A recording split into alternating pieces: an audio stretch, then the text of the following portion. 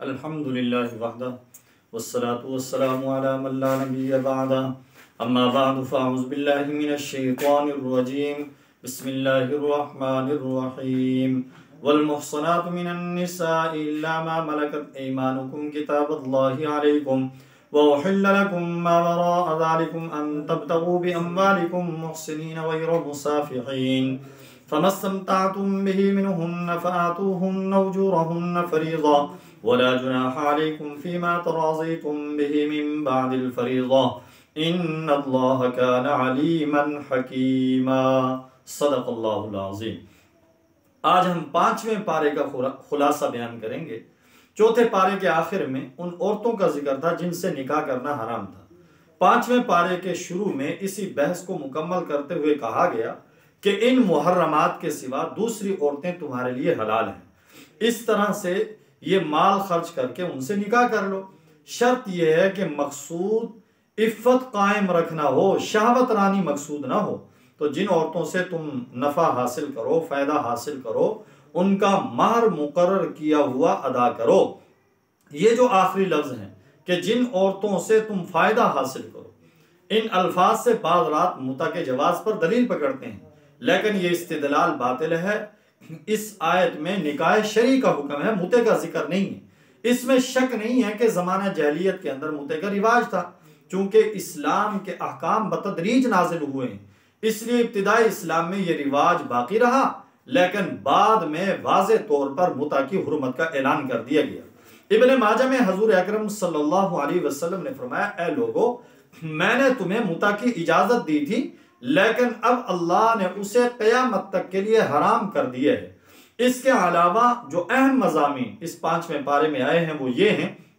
Number 1، تیسرے رکوع میں گھر کے نظام کو درست رکھنے کے لیے چند بنیادی ہدایتیں دی گئی ہیں۔ پہلی ہدایت یہ ہے کہ گھر میں قوامیت، حاکمیت، ذمہ دار ہونے کا درجہ مرد کو حاصل ہے، کیونکہ جس جماعت اور جس گھر کا کوئی سربراہ ہی نہ ہو، اسے افتراق اور انتشار سے کوئی نہیں بچا سکتا۔ اس سربراہی کا یہ مطلب نہیں ہے کہ مرد کو آقا اور عورت کو لونڈی کا درجہ دے دیا جائے، بلکہ ان کا آپس کا تعلق ایسے ہوگا جیسے راعی اور رعیت کا ہوتا ہے۔ دوسری یہ ہدایت دی گئی کہ اگر عورت اکھڑ مزاج ہے، نافرمان ہے، سرکش ہے، اسے راہ راست پر لانے کے لیے 3 تدبیریں اختیار کی جا سکتی ہیں۔ پہلی یہ کہ اسے سمجھایا جائے اور سرکشی کے برے نتائج سے خبردار کیا جائے۔ نمبر 2، اگر واعظ و نصیحت بھی اس پر اثر نہ کرے، دوسری تدبیر یہ ہے کہ اس کا بستر الگ کر دیا جائے، اس سے کنارہ کشی اختیار کر لی جائے۔ نمبر 3، اگر پھر بھی وہ نہ سمجھے تو انتہائی اقدام کے طور پر اور واقعی سرکشی اور بے راہ روی کی صورت میں حد کے اندر رہتے ہوئے اس کی پٹائی بھی لگائی جا سکتی ہے۔ یہاں یہ بات ذہن نشین کر لیں کہ قرآن کریم کے مخاطب ہر قسم کے لوگ ہیں، شہری بھی، دیہاتی بھی، جنگلی بھی، صحرائی بھی، شریف الطبع بھی، اکھڑ مزاج بھی، باکردار بھی، بد کردار بھی۔ اسلام نے ہر عورت کی پٹائی کی اجازت نہیں دی، بلکہ صرف اسی عورت کی پٹائی کی اجازت دی ہے جو اس کے علاوہ دوسری زبان نہ سمجھتی ہو۔ ظاہر ہے کہ پسماندہ معاشروں میں ایسی عورتیں بھی ہوتی ہیں جو پٹائی کے بغیر راہ راست پہ نہیں آتی، لیکن وہ ظالم مرد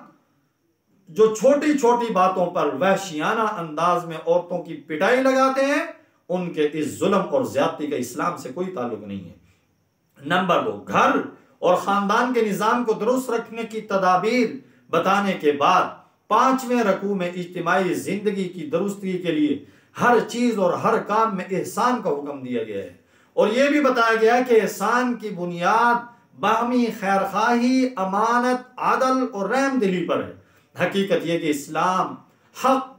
عدل اور مساوات کا دین ہے، اور ساری مخلوق کے درمیان عدل کا حکم دیتا ہے، یہاں تک کہ کافر کے حقوق بھی غصب کرنے کی اسلام اجازت نہیں دیتا۔ جو کعبہ کے کلید بردار تھے، ان سے فتح مکہ کے موقع پر چابی لی گئی، تو بعض مسلمانوں نے کلید بردار ہونے کا شرف حاصل ہونے کی تمنا ظاہر کر دی، لیکن اللہ تعالیٰ نے انہیں کلید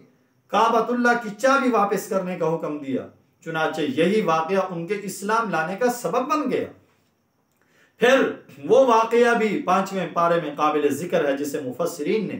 6 رکوع کی بعض آیتوں کے شان نزول کے طور پہ ذکر کیا کہ ایک نام نہاد مسلمان یعنی منافق اور یہودی کا مقدمہ جب حضور علیہ السلام کی خدمت میں پیش ہوا تو آقا علیہ السلام نے یہودی کے حق میں فیصلہ دے دیا۔ منافق نے اپنے حق میں فیصلہ کروانے کے لیے حضرت عمر رضی اللہ تعالیٰ عنہ کی طرف رجوع کیا تو حضرت عمر رضی اللہ تعالیٰ عنہ نے اس کی گردن اڑا دی۔ اس پر منافقوں نے بڑا شور مچایا تو اللہ تعالیٰ نے مسلمانوں کے سامنے اس حقیقت کو خوب اچھی طرح واضح کر دیا کہ کسی بھی شخص کا ایمان اس وقت تک کامل نہیں جب تک کہ وہ اللہ اور رسول صلی اللہ علیہ وسلم کے فیصلوں پر راضی نہ ہو۔ اور یہ بھی بتلایا گیا کہ رسول کی بعثت کا اصل مقصد ہی یہ ہے کہ اس کی اطاعت کی جائے۔ رسول اللہ صلی اللہ علیہ وسلم کی اطاعت حقیقت میں اللہ ہی کی اطاعت ہے، لیکن ظاہر ہے کہ منافقوں کو آقا کی اطاعت بڑی گراں محسوس ہوتی ہے۔ اس کے بعد 5ویں پارے کے 7ویں رکوع میں پہلے تو مسلمانوں کو جہاد اور قتال کی تیاری کا حکم دیا گیا، اور یہ کہ وہ اپنی نیت خالص رکھیں اور صرف اللہ کی رضا اور دین کی سربلندی کے لیے جنگ کریں۔ پھر بڑے جذباتی انداز میں انہیں جہاد کی ترغیب دی گئی کہ آخر تم جہاد کیوں نہیں کرتے، جبکہ صورت یہ ہے ظلم و ستم کی چکی میں پسنے والے کمزور مرد، خواتین، بچے اللہ کے سامنے ہاتھ پھیلا پھیلا کر دعائیں کرتے ہیں، اے ہمارے رب تو ہمیں اس بستی سے نکال دے جہاں کے لوگ بڑے ظالم ہیں، اے اللہ تو کسی کو ہمارا مددگار بنا کر بھیج دے۔ چونکہ عام طور پر موت کا خوف میدان جہاد میں نکلنے سے ایک بڑی رکاوٹ ہے، اس لیے فرمایا گیا موت تو کہیں بھی آ سکتی ہے، گھر میں بھی، مضبوط قلعوں میں بھی۔ نہ جہاد میں نکلنا موت کو یقینی بناتا ہے، نہ ہی گھر میں رہنا زندگی کے تحفظ کی ضمانت ہے۔ اس کے بعد جہاد و قتال کی ترغیب کے بعد مسلمانوں کو منافقوں کی تدبیروں اور سازشوں سے چکنا رہنے کا حکم دیا گیا۔ یہ وہ سنگ دل گروہ ہے جس نے اسلام کا جامہ پہن کے ہمیشہ اسلام اور مسلمانوں کو نقصان پہنچایا۔ مدینہ منورہ میں جو پہلی اسلامی ریاست قائم ہوئی، اس کے خلاف سازشوں کا تانا بانا بننے میں بھی یہی گروہ پیش تھا۔ مسلمان ان حرمہ نصیبوں کے بارے میں فیصلہ کرنے میں متردد تھے کہ سورہ نساء کا وہ حصہ نازل ہو گیا جن میں ان کی ذلت امیز حرکتوں، خفیہ منصوبہ بندیوں اور بغض و حسد پر مبنی کارروائیوں کا پول کھول دیا گیا، اور ان کے بارے میں واضح فیصلہ سنا دیا گیا کہ ان کا اسلام اور مسلمانوں سے کوئی تعلق نہیں ہے، تاکہ اہل ایمان اہل نفاق کے درمیان حد فاصل قائم ہو جائے اور مسلمان منافقوں کے بارے میں یک آواز ہو جائیں اور ان کے درمیان کوئی بھی اختلاف باقی نہ رہے۔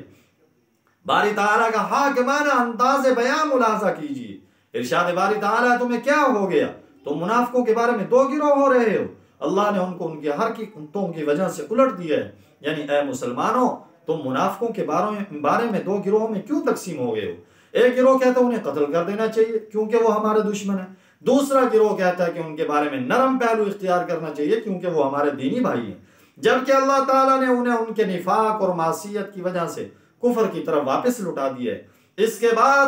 ان کی حقیقت سے پردہ چاک کرتے ہوئے کہا گیا وہ منافق یہ چاہتے ہیں جیسے وہ خود کافر ہیں تم بھی کافر بن جاؤ، پھر تم دونوں برابر ہو جاؤ، پس ان میں سے کسی کو دوست نہ بناؤ جب تک کہ وہ اللہ کی راہ میں ہجرت نہ کریں، پس اگر وہ اعراض کریں انہیں پکڑو، جہاں بھی پاؤ انہیں قتل کرو، کسی کو رفیق اور مددگار نہ بناؤ۔ 10ویں رکوع میں مومن کے قتل عمد کی سزا بیان کی گئی اور اس کے لیے انتہائی سخت لہجہ اختیار کیا گیا۔ فرمایا گیا جو کوئی کسی مومن کو جان بوجھ کر قتل کرے اس کی سزا جہنم ہے جس میں وہ ہمیشہ رہے گا، اس پر اللہ کا غضب ہو، اس پر اللہ کی لعنت ہو، اس کے لیے اللہ نے بڑا عذاب تیار کر رکھا ہے۔ اس آیت سے بظاہر یہ معلوم ہوتا ہے کہ مومن کو قتل کرنے والا اگرچہ مسلمان ہی کیوں نہ ہو وہ دائمی عذاب کا مستحق ہے، لیکن بالاتفاق یہ ظاہری معنی یہاں مراد نہیں ہے۔ دائمی عذاب کا مستحق صرف وہ شخص ہوگا جو مسلمان کے قتل کو حلال سمجھے گا، کیونکہ ایسا سمجھنے والا کافر ہو جائے گا اور کافر کے لیے ہمیشہ کا عذاب ہے۔ قتل عمد کی سزا بیان کرنے کے بعد دوبارہ جہاد کی اہمیت اور مجاہدین کی فضیلت بتائی گئی۔ واضح طور پر بتایا گیا کہ اللہ کے راستے میں جہاد کرنے والے اور ہاتھ پہ ہاتھ دھر کر بیٹھنے والے دونوں برابر نہیں ہو سکتے۔ یہ جو بار بار جہاد کی طرف متوجہ کیا جا رہا ہے، اگر امت جہاد سے کنارہ کشی اختیار کر لے گی اسے ذلت اور رسوائی سے کوئی نہیں بچا سکتا، جیسا کہ آج حالات ہیں۔ جہاد کے ساتھ ساتھ ہجرت کا بھی ذکر ہے، کیونکہ ہجرت بھی جہاد کی مختلف قسموں میں سے ایک قسم ہے۔ چنانچہ 11ویں رکوع میں فرمایا گیا جو شخص قدرت کے باوجود دارالکفر سے دارالاسلام کی طرف ہجرت نہیں کرے گا اور اس حالت میں اسے موت آ جائے گی، اس کا ٹھکانہ جہنم ہے۔ بعض روایتوں میں ہے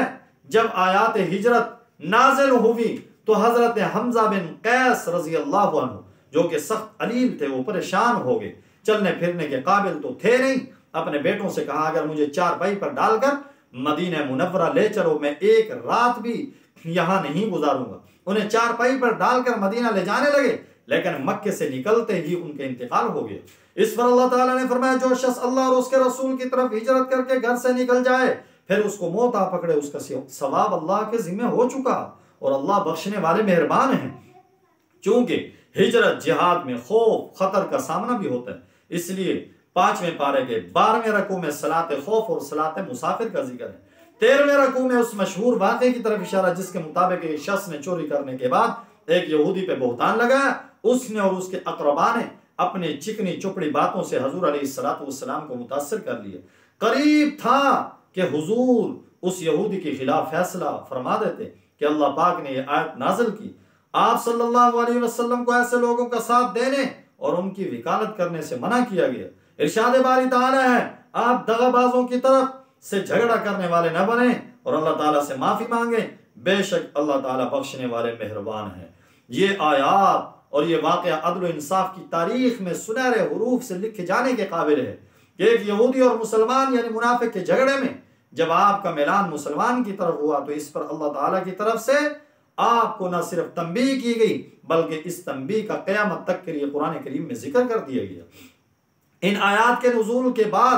یہ شخص جس نے چوری کی تھی مکہ بھاگ گیا، مرتد ہو گیا۔ اس لیے 15ویں رکوع میں بتایا گیا کہ اللہ کے نزدیک سب سے بڑا جرم کفر و شرک ہے، جس کا کفر و شرک پر انتقال ہو جائے اس کی مغفرت کی کوئی صورت نہیں۔ اس کے بعد متعدد آیات میں انسان کی سرکشی کا سبب بتلایا گیا، وہ یہ کہ اللہ کے مقابلے میں شیطان کی اطاعت کرتا ہے اور اس کو ہدایت کے رستے سے وہ دور لے جاتا ہے۔ پھر ابو الانبیاء حضرت ابراہیم خلیل اللہ علیہ السلام کا تذکرہ اور یہ کہ ہدایت اسی کو ملے گی جو ان کے رستے کی اتباع کرے گا۔ 16ویں رکوع میں دوبارہ عورتوں کا ذکر ہے جن میں ان پر ظلم کرنے اور ان کے حقوق غصب کرنے سے منع کیا گیا ہے، اور یہ کہ اگر میاں بیوی کے درمیان اختلاف ہو جائے تو انہیں آپس میں صلح کر لینی چاہیے، صلح ہی سب سے اچھا رستہ ہے۔ 5ویں پارے کے آخری رکوع میں دوبارہ منافقوں کی مذمت ہے اور انہیں سخت ترین عذاب کی وعید سنائی گئی ہے۔ یہ 5ویں پارے کا خلاصہ تھا جو آپ حضرات کے سامنے بیان کیا گیا۔ دعا ہے اللہ رب العزت ہم سب کو منافقوں والی صفات سے محفوظ فرمائے، اللہ رب العزت ہم سب کو ایمان والی صفات نصیب فرمائے، اور رمضان المبارک کی برکات اللہ رب العزت ہم سب کو نصیب فرمائے۔ وآخر دعوانا ان الحمد للہ رب العالمین۔